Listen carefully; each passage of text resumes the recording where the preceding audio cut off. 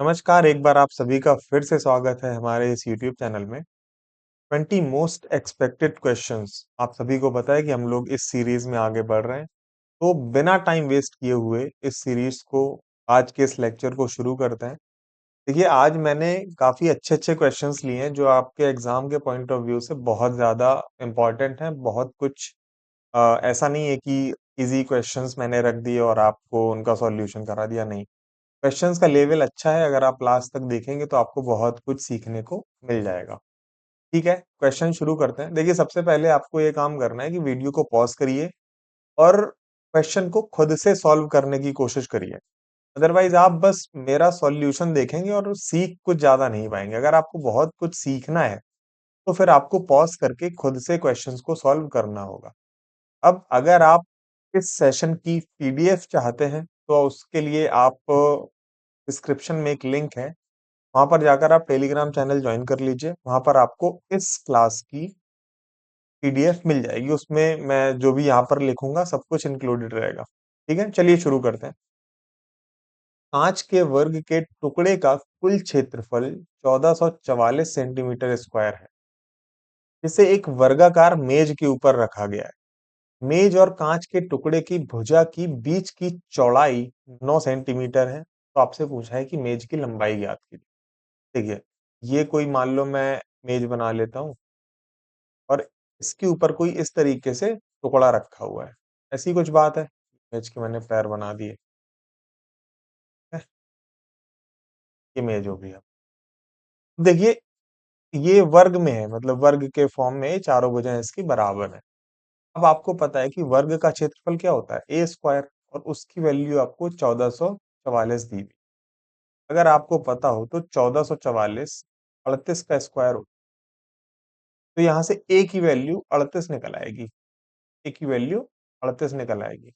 मतलब कि इस कांच के टुकड़े की लंबाई कितनी है, ये आपको 38 मिल गई।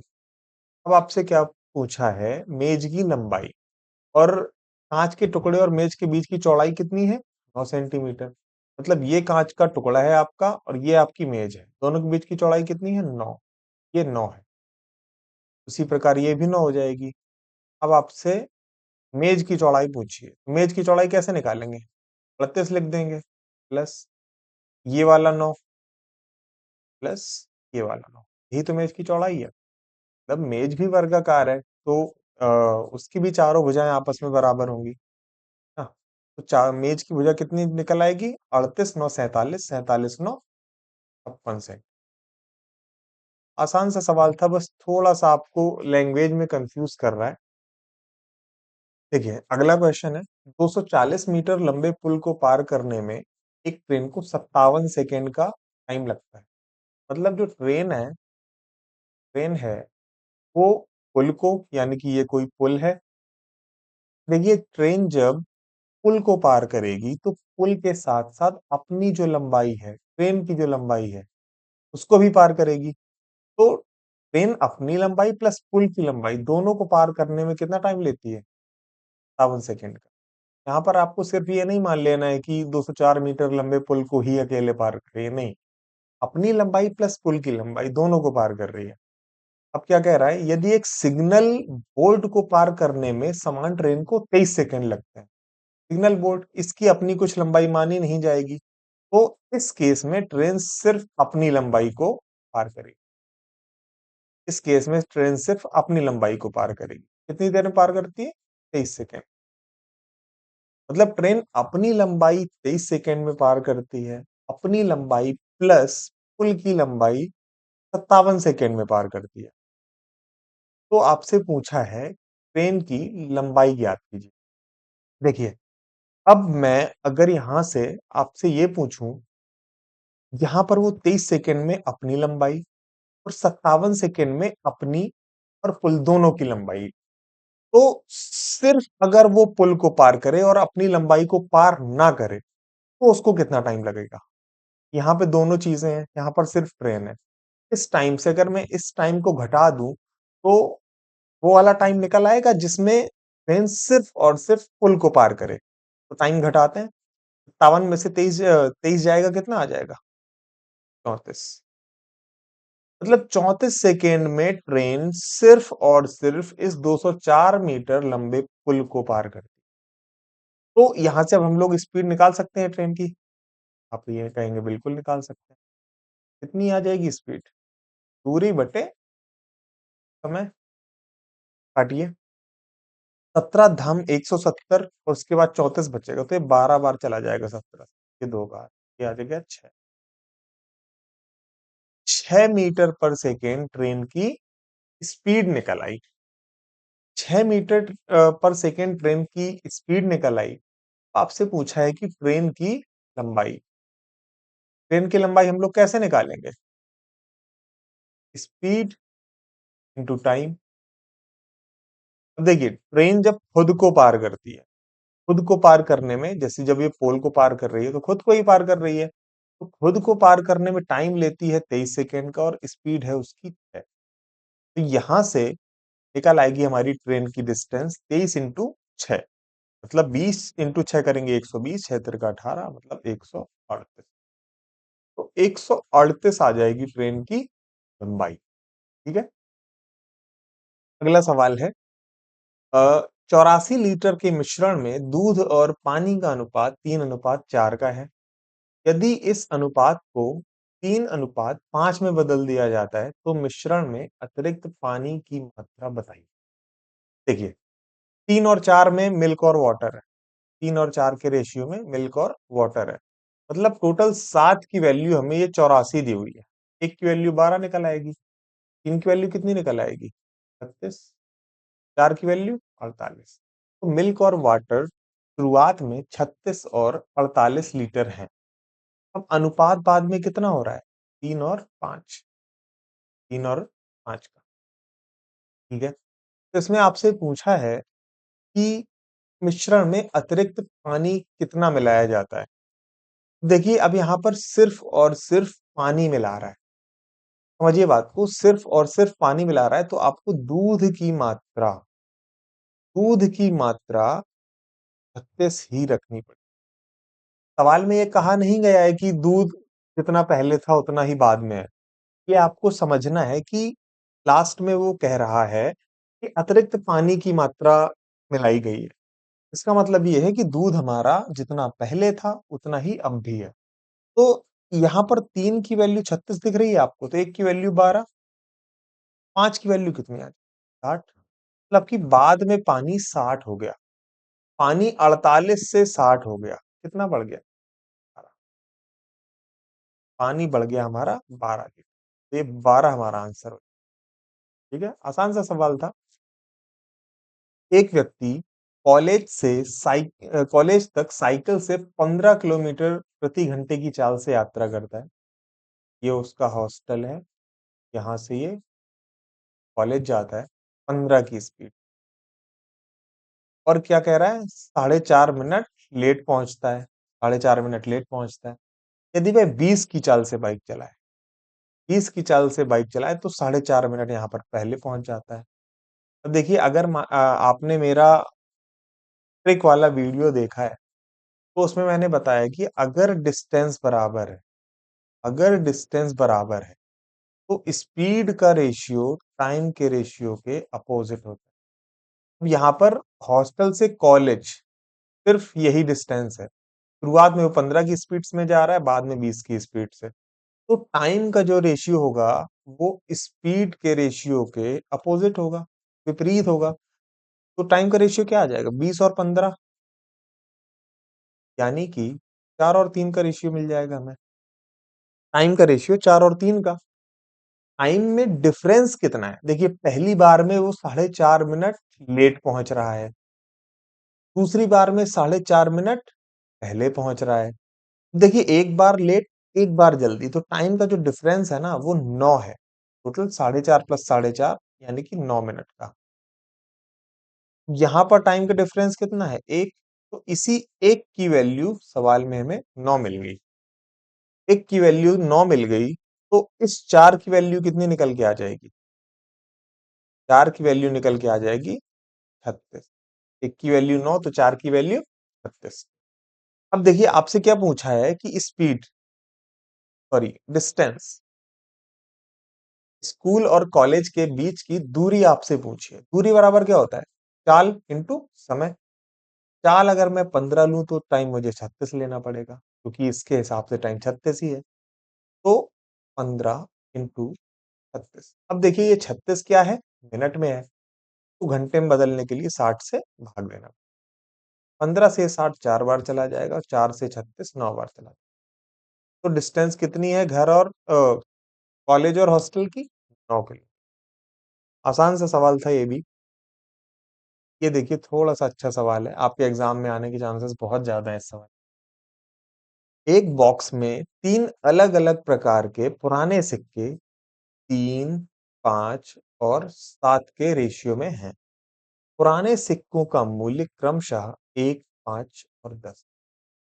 देखिए, अगर मैं मानूं मूल्य कितना है क्रमशः 1, 5 और 10, मतलब कि अगर यहाँ ये 3 सिक्के हैं और हर एक सिक्के का मूल्य 1 रुपए है, तो 3 सिक्कों का मूल्य कितना हो जाएगा? 3 रुपए। अब यहाँ पर देखिए, अगर 5 सिक्के हैं और एक सिक्के का मूल्य यहाँ 5 रुपए है, तो 5 सिक्कों का मूल्य कितना हो जाएगा? 25 रुपए।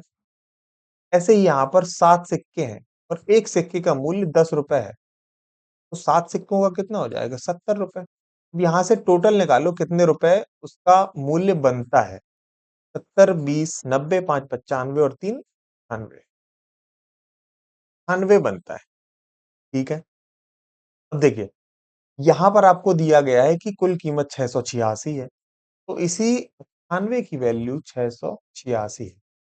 अब देखिए, 98 की वैल्यू 686 है, तो इसको थोड़ी देर के लिए 100 मान लो। ऐसी सिचुएशन में देखो पूरा पूरा कट ही जाता है, इसको थोड़ी देर के लिए 700 मान लो।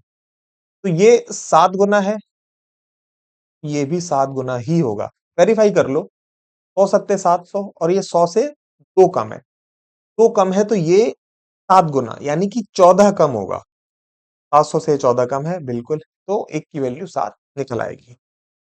10 रुपए के पुराने सिक्कों की संख्या आपसे पूछी। तो 10 रुपए के पुराने सिक्के, यहाँ पर संख्या कितनी है? 7। और एक की वैल्यू हमने 7 निकाली है, तो 7 की वैल्यू क्या हो जाएगी? 7 इंटू 7 यानी कि 50। ये 49 आपका आंसर। आप अगर थोड़े बहुत समझदार हैं तो आप इस क्वेश्चन को यहां तक सॉल्व ही नहीं करते, आप डायरेक्ट देखते कि सिक्के 3, 5, 7 के रेशियो में है और यहां पर दशमलव में आंसर आने का या अपॉन में बटे में आंसर आने का कोई चांस नहीं है। तो आप सीधे 7 का मल्टीपल देखते ऑप्शन में और उसको मार्क कर देते। एक ही ऑप्शन था आपका। आसान सा सवाल था। जब किसी संख्या को 119 से विभाजित किया जाता है तब शेषफल 10 रहता है। जब समान संख्या को 17 से विभाजित किया जाता है तब शेषफल क्या रहेगा? देखिए, ऐसी सिचुएशन में आपको देखना है कि ये 119 क्या इसमें 17 का भाग जाता है? आप कहेंगे बिल्कुल हाँ जाता है, 7 बार जा रहा है। ये बात है। तो आपका जो शेषफल होगा, अगर देखिए ये 17 से भाग ना जा रहा होता, तो फिर आपको ऐसा ऑप्शन टिक करना पड़ता, मतलब कोई एक ऐसा ऑप्शन होता कि इसका कोई हल नहीं है, तब आप वो टिक करते। लेकिन यहाँ जब 17 से 119 में भाग जा रहा है, तो शेषफल वही बचेगा। जैसे 119 से भाग देने में 10 बच रहा है, तो 17 से भाग देने में भी 10 ही बचेगा। अगली बार को ऐसा बोल सकता है कि 119 से भाग देने में शेषफल 100 बच रहा है, बच सकता है। लेकिन 17 से भाग देने में शेषफल, देखिए शेषफल कभी इस भाजक से बड़ा नहीं हो सकता, मतलब शेषफल कभी 100 नहीं हो सकता। तो उसके लिए आपको क्या करना पड़ेगा? 17 का भाग 100 में देना पड़ेगा। 17 इंटू 5 85, 85 बाद 15 बचता, तो 15 शेष आता आपका। लेकिन इस केस में आपका 17 से 10 ये छोटा है, तो यही आपका आंसर हो जाएगा। अगर थोड़ी देर को ये मान लो मैं कह रहा हूँ 20 होता, 119 से भाग देने पे तो 20 शेष बच सकता है, लेकिन जब 17 से भाग देंगे इसमें, तो ये 3 शेष बचेगा आपका। समझ रहे हैं मैं क्या कह रहा हूँ? चलिए, 375 फैक्टोरियल में अनुगामी शून्यों की संख्या ज्ञात कीजिए। मतलब कि 375 फैक्टोरियल को जब ब्रेक करेंगे तो लास्ट में लास्ट में 0 0 0 ऐसे कितने जीरो बनेंगे। देखिए जीरो की संख्या आपको पता है कि 5 और 2 पर डिपेंड करती है। तब जब 5 और 2 का आपस में मल्टीप्लाई होगा तभी जाके जीरो बनेगा। 375 को आप क्या लिखोगे? 375 इंटू 374 इंटू 373, ऐसे ही जाके आप एक पे आके रुकोगे। अब इसमें आप देखो, दो तो बहुत सारे आएंगे, लेकिन पांच दो से कम आएंगे। क्या एक अकेला दो, मतलब अगर मैं सिर्फ यहाँ पर दो लिख दूं और इसका पांच के अलावा किसी और नंबर से मल्टीप्लाई करूं, तो क्या कभी जीरो बन जाएगा? कभी जीरो नहीं बनेगा, उसके साथ पांच चाहिए ही चाहिए। तो दो तो यहाँ पर बहुत ज्यादा आएंगे, पांच कम आएंगे। तो जितने नंबर ऑफ पांच होंगे, नंबर ऑफ फाइव होंगे, उतने ही आपके जीरो बनेंगे। तो आपको क्या करना है, इसमें ये देखना है कि पांच कितने हैं। अब वो हम कैसे निकालते हैं? देखिए 375 है, इसमें पहले पांच से डिवाइड करो। पांच सत्ते 35, पांच पंचे 25, फिर पांच से 75 में डिवाइड करो, कितना आ जाएगा? 15। फिर पांच से डिवाइड करो, तीन। बस। अब इसके बाद पांच से भाग नहीं जाएगा। तो ये जो आपको दिख रहा है ना, इसको आप ऐड कर लो, यही आपके नंबर ऑफ फाइव होंगे इसमें। 75, 15, 90 और तीन 93, आपके 93 पांच होंगे 375 फैक्टोरियल में। तो उतने ही आपके जीरो बन जाएंगे। एक उपहार बॉक्स में 10 चूड़ियां हैं। पहली 10 चूड़ियों का औसत वजन 57 ग्राम, चार चूड़ियों का औसत वजन 57 ग्राम है। शेष छह का 58 ग्राम है। और आपसे पूछा है कि सभी चूड़ियों का औसत वजन बताइए। यहाँ पर हम लोग फिर से वही अपना जेएसएम मेथड लगाएंगे। मैं मान लेता हूँ कि टोटल एवरेज 57 ही था, लेकिन यहाँ पर एक ज्यादा है। कई बार मैं ये मेथड आपको बता चुका हूँ। यहाँ पर एक ज्यादा है, टोटल छह में ज्यादा है। तो टोटल एक इंटू छह यानी कि छह ज्यादा हो जाएगा। और ये छह कितने में बटेगा? चार और छह टोटल 10 में बटेगा। तो 57 प्लस 6/10, तो ये आ जाएगा आपका 57 पॉइंट। लिखने की जरूरत नहीं थी, आप इस क्वेश्चन का आंसर ओरली कर सकते थे। बिना पेन उठाए आप इस क्वेश्चन को सॉल्व कर सकते थे। सेम क्वेश्चन है, आपको इसको ओरली करना है। ठीक है। अच्छा इसमें क्या दिए, नहीं नहीं सॉरी, ये दूसरा सवाल है। एक बॉक्स में रखी गई 71 नोटबुक का औसत वजन कितना है? 7.1। जब एक नई नोटबुक बॉक्स में रखी जाती है, मतलब नोटबुक अब 72 हो गई। ये मेथड भी मैं आपको बता चुका हूँ। आप अगर मेरा पिछला वीडियो देखेंगे तो उसमें मैंने इस कॉन्सेप्ट को डिस्कस किया हुआ है। यहाँ पर ये कितना हो जाता है? 7 पॉइंट। अब नई नोटबुक का वजन चाहिए आपको। उसके लिए मैंने आपको बताया था, इन दोनों के बीच का डिफरेंस 0.1, 0.1। यहाँ पर इस 71 का इसमें गुणा करना है। 71 इंटू 0.1 करेंगे तो 7.1 आ जाएगा। और इसका गुणा आप इसमें करेंगे तो 7.2 ही आएगा। तो 71 प्लस 7.1 प्लस 7.2, तो ये कितना आ जाएगा? 14.3। तो 14.3 आपका हो जाएगा। नई नोटबुक का वजन 14.3। देखिए अगला सवाल। इसको आप जेएसएम मेथड से लगा सकते हैं। एक बार कोशिश करिए खुद से लगाने की। विमल को फ्रेंच में 80 में से 72, अंग्रेजी में 100 में से 91, सॉरी ये जेएसएम का सवाल नहीं, मैं फिर से कंफ्यूज कर गया। यहाँ पर 70 में से 63, जापानी में 50 में से 44। ठीक है। तो इतने नंबर उसको मिल गए। तो उससे पूछा है आपसे कि उसके द्वारा प्राप्त किया गया कुल प्रतिशत कितना था। कुल प्रतिशत के लिए आपको पहले तो इनको जोड़ना होगा, ये टोटल आपका पूर्णांक निकल आएगा। तो 80, 100, 180, 70, 250 प्लस 50, 300, ये निकल आया आपका 300। यहाँ पर ऐड करेंगे 70, 90, 160, 160 और 60, 220, 220 और 40, 260। 260 याद रखेंगे, 4 3 7 1 8 2 10, तो ये 270। देखिए 300 पे 270 है। अगर 100 पे मैं बात करूं तो 3 से मैं डिवाइड कर दूंगा, 100 90 आ जाएगा। तो यहाँ पर 100 के कंपैरिजन में ये 90 है, तो यहाँ पर परसेंट भी आपका 90 ही हो जाएगा। क्योंकि परसेंटेज हम लोग 100 पे ही तो निकालते हैं। अगला सवाल, शीला अपनी सामान्य चाल की 20/21 चाल से चलती है और एक दूरी को सामान्य गति से तय करने में लगने वाले समय से 6 मिनट ज्यादा लेती है। तो आपसे क्या पूछा है, एक निश्चित दूरी तय करने में लगने वाले सामान्य समय की गणना कीजिए। तो ये सामान्य चाल की 20/21 चाल से चलती है, मतलब कि उसकी सामान्य चाल 21 थी और चलती किससे है, वो 20 से। अब यहाँ पर देखिए, यहाँ पर डिस्टेंस आपको सेम दिख रही है, मतलब एक ही डिस्टेंस की बात हो रही है। तो डिस्टेंस बराबर है आपकी, स्पीड का जो रेशियो होगा टाइम के रेशियो के अपोजिट होगा। यहाँ 20-21 कर देते हैं। टाइम का डिफरेंस यहाँ पर कितना दिया हुआ है, एक, लेकिन सवाल में आपको 6 मिनट ज्यादा लग रहा है, यहाँ पर 1 मिनट ज्यादा लग रहा है। एक की वैल्यू है, 20 की वैल्यू कितनी आ जाएगी, 120। 120 आ गई। सामान्य समय की गणना कीजिए, तो सामान्य समय ही तो है आपका ये, 21 उसकी सामान्य चाल, तो उसके साथ जो टाइम लगेगा वो सामान्य समय, ये आपका 120 निकल के आ जाएगा। बहुत बार आपके एग्जाम में ये क्वेश्चन पूछा गया है, तो थोड़ा सा ध्यान से इसको सॉल्व करिएगा। हरीश और विमल एक कार्य को 20 दिन में पूरा कर सकते हैं। हरीश और विमल एक कार्य को 20 दिन में पूरा कर सकते हैं। 15 दिन तक काम किया और फिर विमल चला गया, मतलब 15 दिन तक काम हुआ, उसके बाद विमल चला गया। मैं यहाँ पर कुछ भी काम मान लेता हूँ, तो 20 का में भाग चला जाए, 40 मान लिया मैंने। दोनों की इफिशियंसी मिलके कितनी आएगी, तो 15 दिन तक दोनों लोग काम कर रहे हैं।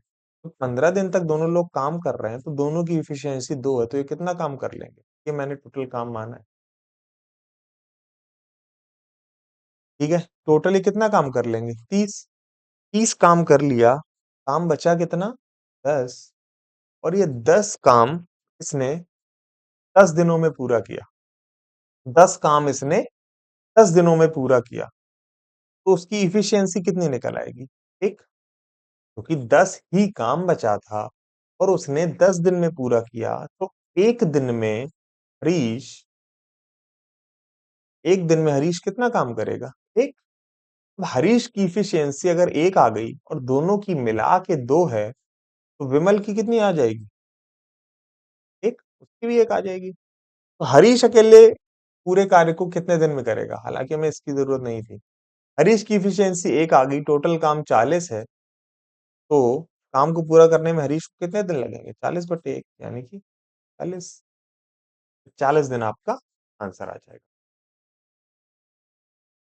X square Y square plus 1/x² equals to 83। तो आपसे पूछा है एक्स वाई माइनस 1/xy। देखिए, थोड़ी देर के लिए एक्स वाई को एक्स मान लो, एक्स स्क्वायर वाई स्क्वायर को मतलब एक्स वाई को एक्स माना है, तरीके से आ जाएगा। तो एक्स स्क्वायर प्लस 1/x² की वैल्यू आपको दी हुई है, आपसे x माइनस 1/x की वैल्यू पूछी है। तो उसके लिए क्या करेंगे, इससे पहले तो 2 घटाएंगे, 83 से 2 घटाएंगे और उसका वर्गमूल ले लें, तो अंदर 81 आएगा और ये 9 आपका आंसर आ जाएगा। थोड़ा डिटेल में मैं आपको बता देता हूँ, हो सकता है कि कुछ बच्चे नए हों।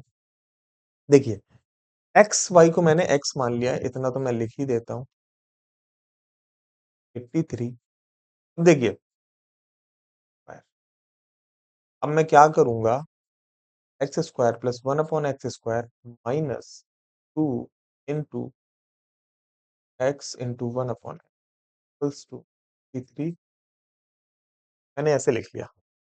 देखिए, एक्स से एक्स कट जाएगा और -2 मैंने यहाँ किया, तो वो मैंने -2 इस साइड भी कर दिया। कोई फर्क पड़ेगा, बिल्कुल नहीं पड़ेगा। तो अगर मैं आपसे पूछूं कि x माइनस 1/x का जो होल स्क्वायर है, तो फॉर्मूला मतलब फॉर्मूला लगाएंगे तो क्या निकलेगा, आप कहेंगे एक्स स्क्वायर निकलेगा, प्लस 1/x² निकलेगा, माइनस है तो यहाँ -2a भी आता है, x इंटू 1/। क्या देखिए, ये चीज सेम नहीं है, बिल्कुल सेम है। तो इसकी जगह मैं क्या लिख दूंगा, x माइनस 1/x का होल स्क्वायर इक्वल्स टू 81।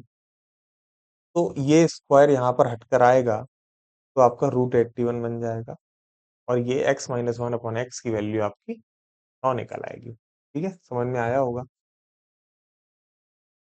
एक व्यवसायी 20 वस्तुएं खरीदता है। तब 20 वस्तुएं किसी मूल्य पर उसने खरीदी होंगी, जिनका क्रय मूल्य 15 वस्तुओं के विक्रय मूल्य के बराबर है। मतलब 20 वस्तुओं का जो सीपी है वो 15 के एसपी के बराबर है। सीपी मतलब क्रय मूल्य, एसपी मतलब विक्रय मूल्य, और ये दोनों बराबर हैं, आपके सवाल में ही लिखा हुआ है। तो सीपी अपॉन एसपी अगर मैं निकालूं तो कितना आ जाएगा? 15/20। 5 से काटता हूं मैं तो 3/4 आता है।